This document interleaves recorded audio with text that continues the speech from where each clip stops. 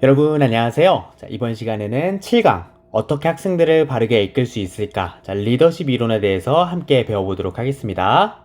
오른쪽에 계신 분은 링컨 대통령이에요. 링컨이 대통령이 됐을 때 미국이 한창 시끄러웠거든. 그러니까 남북 전쟁도 이렇게 있었고 그 다음에 노예 해방 사건도 있었는데 이렇게 좀 되게 어려운 시점에서 링컨이 리더십을 잘 발휘해서 노예 해방도 하게 되었고, 그 다음에 남북이 통일되기도 했고, 그런 리더십을 좀 발휘했거든요. 나중에 시간이 되면은 링컨의 일대기도 한번 읽어보도록 하세요.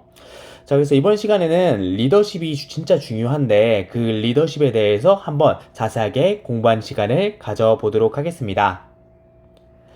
예제 1번부터 먼저 볼게요. 다음 상황에서 김 교장의 리더십을 가장 잘 나타낸 리더십 유형은 이렇게 나와 있는데, 다 붙었으면은 우리가 다음 페이지에서 공부할 변혁적 리더십이야. 변혁적 리더십. 그러니까 변혁적, 변화하고 혁신하겠다. 그런 의미죠. 읽어보면은 좀 중요한 부분들이 이런 데가 있어요. 그러니까 푸른 초등학교가 있었는데, 분위기가 많이 가라앉아 있었대. 근데 김 교장이 부임하면서 학교 분위기가 크게 변화하기 시작했다는 거지. 일단 교장쌤 어떻게 하셨냐면은 계속적인 대화를 통해서 비전을 공동으로 설정을 했네. 그 다음 교장이 교사들을 개별적으로 배려를 했네. 좀 이런 식으로 교장이 대화를 시도하고 비전을 설정을 하고 교사들이 성장하고자 하는 욕구들을 배려를 하니까 교사들이 교육과정을 개선했고 그 결과를 분석하고 평가해서 교육과정이 점점 좋아졌대. 그래서 학생들도 이제 학업 성취준이 높아졌다는 거지. 그러니까 교장이 어떻게 리더십을 발휘하느냐에 따라서 학교가 달라지고요. 담임교사가 어떻게 리더십을 발휘하느냐에 따라서 반 학생들이 달라집니다. 그 부분을 밑에서 이야기를 해볼게요. 리더십의 개념과 의의. 리더십인데요. 리더십은 조직의 목표 달성을 위해 구성원에게 영향을 미치는 과정이다. 이렇게 나와 있어. 좀 단순하게 표현하면은 리더십이 바로 영향력이라고 볼 수가 있겠죠. 밑에 읽어볼게. 좋은 리더 밑에 있는 구성원들은 사기와 만족도가 높고 구성원 상호 간 협력적 행동을 하는 경향이 높다. 그리고 교사들이 보다 능력있고 성숙한 방향으로 변화한다. 교실에서도 교사가 좋은 리더십을 발휘할 때 학생들이 바람직한 방향으로 성장한 것을 효과적으로 도울 수 있다. 그래서 여러분, 교사가 되겠다는 거는 우리가 이제는 리더십을 피할 수가 없을 것 같아. 선생님도 대학생이 되고 10년 동안 리더십에 대해서 계속 공부를 했거든요. 그래서 이거는 공부할 만한 가치가 있으니까 우리가 꾸준히 책 읽고 다양한 경험들을 하면서 공부하면 좋을 것 같습니다. 그래서 밑에 성찰 질문 읽어볼게요. 담임교사의 리더십은 교실에서 매우 중요합니다. 어떻게 하면 반 아이들이 공부를 열심히 하고 만족도가 높으며 서로 협력할 수 있도록 도울 수 있을까요? 잠깐 일시정지하고 이 질문에 대해서 한 두 줄 정도 이렇게 간단하게 한번 써보세요. 일시정지 해보자. 네, 다 썼죠? 네, 이제 넘어가서 구체적으로 배워보도록 합시다. 첫 번째 변혁적 리더십이에요. 변혁적 리더십이 리더십의 1등 이론이야. 그러니까 변화하고 혁신하는 리더십이 현재 그 리더십 이론 중에서 가장 유명하고 효과 있는 이론이다라고 인정받고 있거든요. 내용들 같이 한번 볼게요. 변혁적 리더십은 리더가 구성원들에게 영감을 주어 변화와 혁신을 촉진하는 리더십 스타일이다. 그래서 교환적 리더십과 서로 이렇게 비교가 됩니다. 교환적 리더십과 비교가 되는 거는 여기 밑에 있으니까 한번 이렇게 읽어보면 좋을 것 같아. 그러니까 교환적 리더십, 거래적 리더십은 의무만큼만 따르게 되고 그 이하는 잘 따르지 않게 된다는 거죠. 그래서 여기 표도 한번 읽어보시고 위쪽에 있는 내용들도 한번 읽어보세요. 그래서 변혁적 리더십에 네 가지 요소가 있거든. 그 네 가지 요소들에 대해서 이제 소개를 시켜줄게. 그럼 어떻게 해야지 구성원들을 변화시킬 때 변화와 혁신을 촉진할 수 있을까? 첫 번째예요. 밑에 있지? 여기. 이상적인 완전한 영향력. 같이 칸을 채워주세요. 중요한 단어들 나옵니다. 리더가 높은 수준의 윤리적 행위로 모범을 보이고 위험을 구성원들과 함께 분담을 하죠. 타인의 욕구를 배려하고 조직의 이익을 위해 행동해서 존경과 신뢰를 얻는 것을 말합니다. 그러니까 이상적이고 완전한 영향력을 발휘해야 된다는 거지.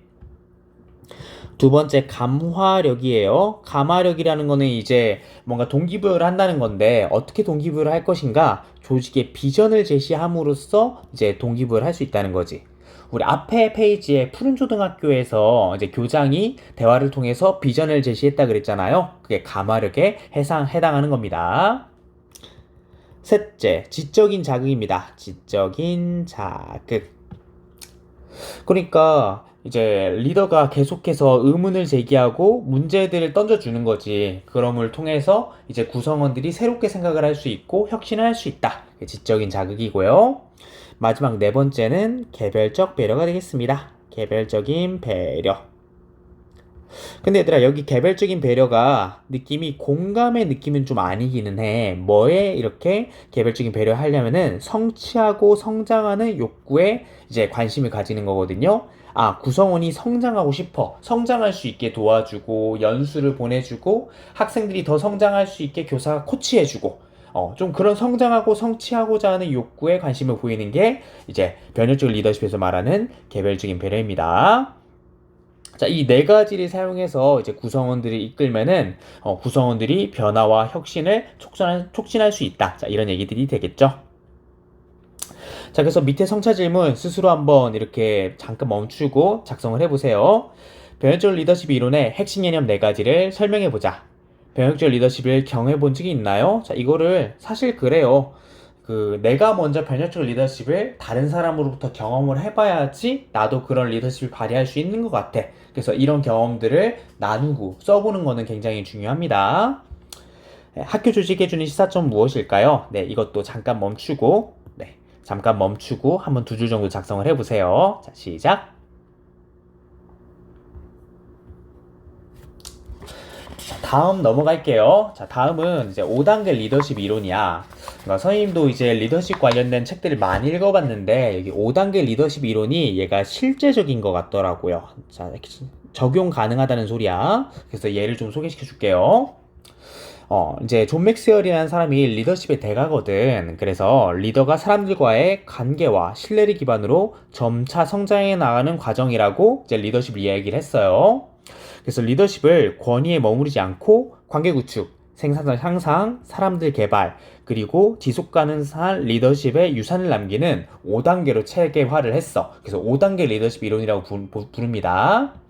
그래서 여기 5단계 리더십 이론을 잘 공부를 하면은 이제 단계별로 사람들에게 영향력을 더 크게 발휘할 수 있는데 이제 도울 수가 있어요. 자, 처음부터 가볼게. 자, 1단계입니다. 자, 1단계는요, 지휘 리더십입니다. 자, 지휘 리더십의 핵심은 의무감으로 따르는 거예요. 자, 그러니까 가장 초보적인 수준의 리더십이고요. 그러니까 사람들은 지위만 가진 리더를 딱 의무만큼만 따른다는 거지. 자, 그래서 여기 리더 자리에 올랐던 그런 일화가 있는데 한번 읽어보시고요. 자, 되게 재밌지? 자, 그래서 어떤 지위에 임명되면은 권위가 생겨요. 내가 담임교사가 생기면은 권위가 생기고 교장 교감이 되면은 권위가 생기는 거야. 근데 그 권위는 직무 권위 안에서의 권위일 뿐이고요. 진정한 리더십은 남들이 기꺼이 믿고 따르는 사람이 되는 게 진정한 리더십이에요. 그러니까 이 사람이 뭔가 관계성도 별로 중요하게 생각을 안 하고 능력도 없어. 그 다음에 구성원들을 성장시키려고도 하지 않아. 그러니까 지위에만 의존하고 무능력하면은 이제 사람들이 이끌 수가 없는 거죠. 그래서 리더가 리더십을 지위로만 보면 팀원들은 그 지위에 따른 권한 내 지시만 따르고요. 리더가 비전 제시하면은 한 귀를 듣고 한 귀로 흘려버리게 되는 거야. 그러니까 너무 안 좋은 상황인 거지. 그래서 여러분 우리가 리더십을 공부해야 되는 겁니다. 자, 2단계 관계 리더십이에요. 자, 관계 리더십은 리더가 잘해주기 때문에 따른다. 자, 이런 리더십이거든. 네, 관계 리더십은 좋은 관계를 바탕으로 이루어진다. 진정한 영향력은 규칙과 규제가 아닌 개인적인 관계를 통해서 성장한다. 여기서 리더들은 팀원들의 필요와 욕구를 채워주는데 시간과 에너지를 집중한다. 팀원 한 명 한 명과 관계를 쌓기 위해 노력한다. 그러니까 내가 리더가 된다면은 이 구성원들과 어느 정도 친밀해지기 위해서 노력을 해야 된다는 소리예요. 왜냐면 사람들은 친밀한 사람한테 잘하고 열심히 하려고 그렇지 별로 친밀하지 않으면은 별로 열심히 하고 싶지가 않거든. 자, 그 내용들이 있으니까 자, 위쪽 부분까지 쭉 읽어보세요. 3번 성과 리더십 중요합니다. 자, 성과 리더십이에요. 리더가 성공하기 때문에 따른다. 뭐 이런 거지. 예를 들어서 손흥민이 이렇게 있어. 내가 손흥민이랑 같은 축구팀이 되면은 기분이 좋을 거잖아. 왜냐면은 이렇게 손흥민이 골을 넣어줄 거니까. 그러니까 함께 했을 때 이길 수 있는 리더. 이 선생님이랑 함께하면 내가 성적이 오를 거야. 이 선생님이랑 함께하면 재밌을 거야. 그러니까 성공하기 때문에 따르는 게 성과 리더십입니다. 자, 그러니까 실제로 일을 시키려면은 이제 성과 리더십으로 올라가야 되고요. 3단계 리더들은 맡은 일을 완수한다는 거지. 그러니까 이 리더와 함께 하면은 생산성이 올라가고 목표를 달성하게 됩니다. 팀원들의 충성도가 높아져요. 자, 그래서 여러분, 능력이 있는 게 굉장히 중요합니다. 자, 능력이 있는 게 굉장히 중요해요. 그러니까 일을 디테일하게 처리를 할 수 있고 뭔가 하나하나의 목표를 달성해 나갈 수 있고 성공하고 성과를 내고 자 그래야지 구성원들이 따를 수 있다. 그 내용들이니까 자, 이 내용들도 이제 천천히 읽어보세요. 4단계 성장 리더십입니다. 자, 성장 리더십도 굉장히 중요해요. 성장 리더십 뭐냐면은 리더에게 배우기 때문에 따른다라는 거야. 그러니까 내가 교사인데 학생한테 계속 공부하는 방법을 가르쳐 주는 거지. 교사인데 반장한테 어떻게 하면 반장을 잘할 수 있는지를 알려주는 거지. 자, 그래서 그런 내용들이거든요. 그러니까 리더는 사람들의 힘을 끌어올려서 위대해진다. 아낌없이 주고 섬기는 능력을 통해서 위대해진다.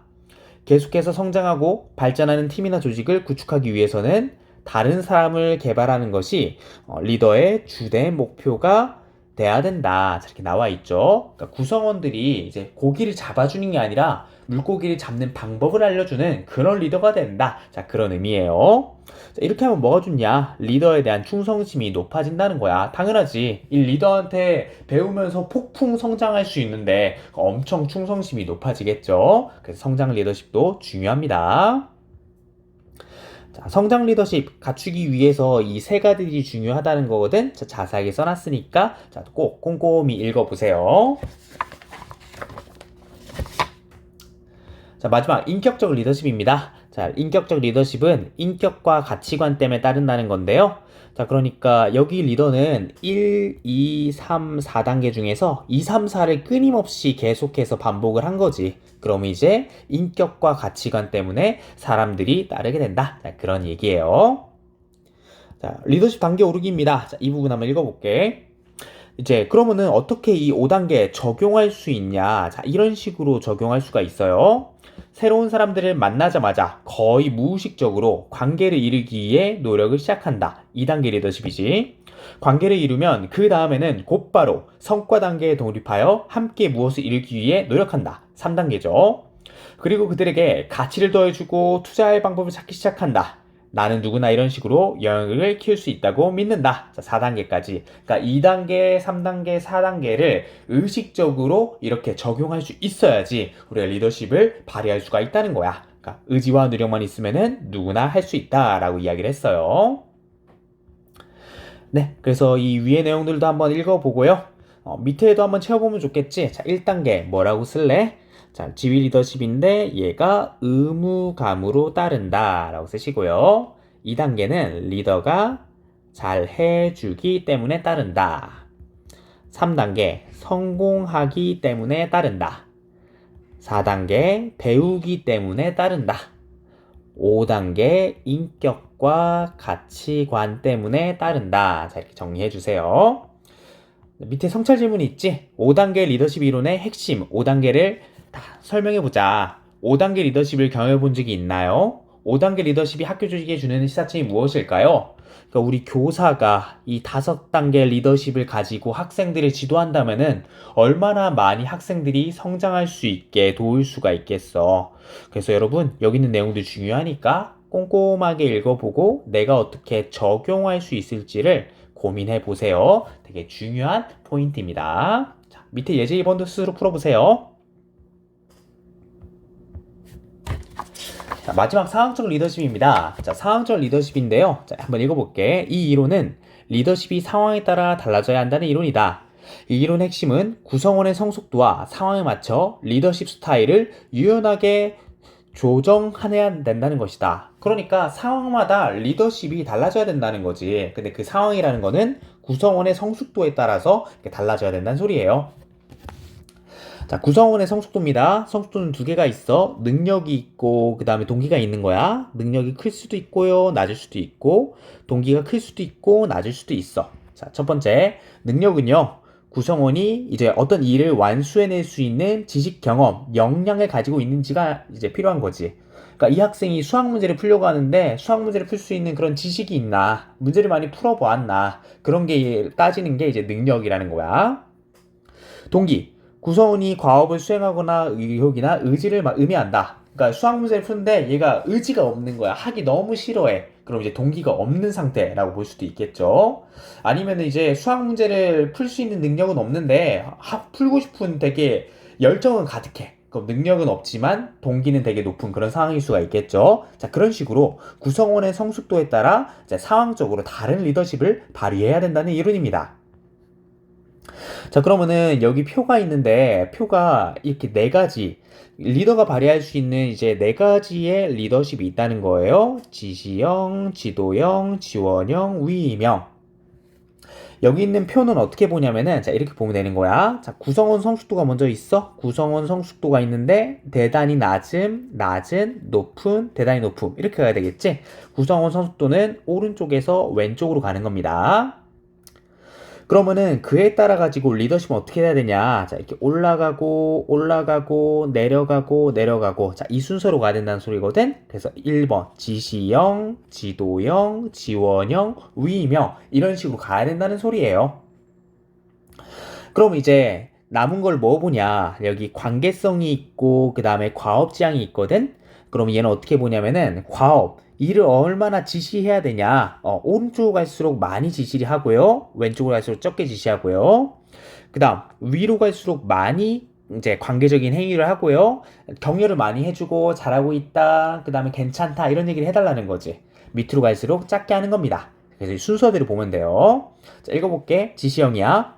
구성원의 능력과 동기가 낮을 때 리더가 명확한 지시와 세부적인 지침을 주는 스타일이다. 그러니까 여기 지시형 이쪽이니까 과업은 이제 많이 지시하고 관계, 그러니까 명령만 하고 뭔가 관계성은 적게 가져가는 게 이 지시형이겠죠. 지도형 두 번째예요. 구성원이 능력이 부족하지만 동기가 높을 때, 우리 이런 학생들 되게 많겠죠. 능력이 부족하지만 동기가 높을 때 동기부여도 해주고 지시를 동시에 해줘야 된다. 여기에 있으니까 과업도 많이 이렇게 얘기해주고 관계성도 많이 가져갔을 때, 이거 연구를 해보니까 이렇게 했을 때 가장 잘 이렇게 리더십을 발휘할 수가 있었다는 거야. 세 번째, 구성원이 능력은 있지만 동기가 부족해요. 그러니까 수학 문제는 잘 푸는데 하기 싫어해. 그러면 이제 내 지원형을 이렇게 한다는 거예요. 이제 뭐 많이 가르쳐주지 않아도 괜찮고 대신에 관계성 잘하고 있다. 너가 있어가지고 선생님이 좋다. 또 재밌는 얘기도 같이 하고 뭐 그렇게 관계성을 많이 가져가는 지원형을 했을 때 가장 리더십이 효과적이라는 거고. 마지막 네 번째 위임형이에요. 구성원의 능력과 동기가 모두 높을 때 과업을 위임하고 이제 스스로 할 수 있게 해달라는 거지. 왜? 이제 구성원이 이제 사실 이제 일을 잘해. 구성 성숙도가 높으니까 알아서 이렇게 할 거란 말이지. 동기부여도 스스로 하고 그러니까 위임을 해달라는 소리예요. 이 이론은 리더가 상황에 따라 적절한 리더십 스타일을 선택해야 한다는 점에서 매우 유연하며 특히 리더가 다양한 성격과 능력을 가진 팀원들을 관리할 때 유용하다. 자, 이렇게 볼 수가 있습니다. 네, 여러분 예제 3번과 예제 4번이 있는데요. 자, 예제 3번과 예제 4번도 스스로 해보면 좋겠지. 자, 예제 3번에 있는 여기 있는 표를 스스로 설명할 만큼 자, 이렇게 다시 한번 공부해 보세요. 선생님이 동영상에서 아주 자세하게 설명을 했습니다. 네, 여러분 오늘 강의는 여기까지입니다. 네, 고생 많았습니다. 네, 여기 예제 3번이랑 예제 4번까지 영상이 끝나면은 또 밑에 성찰 질문까지 스스로 풀어보고 글을 작성해 보도록 하세요. 네, 고생했어요.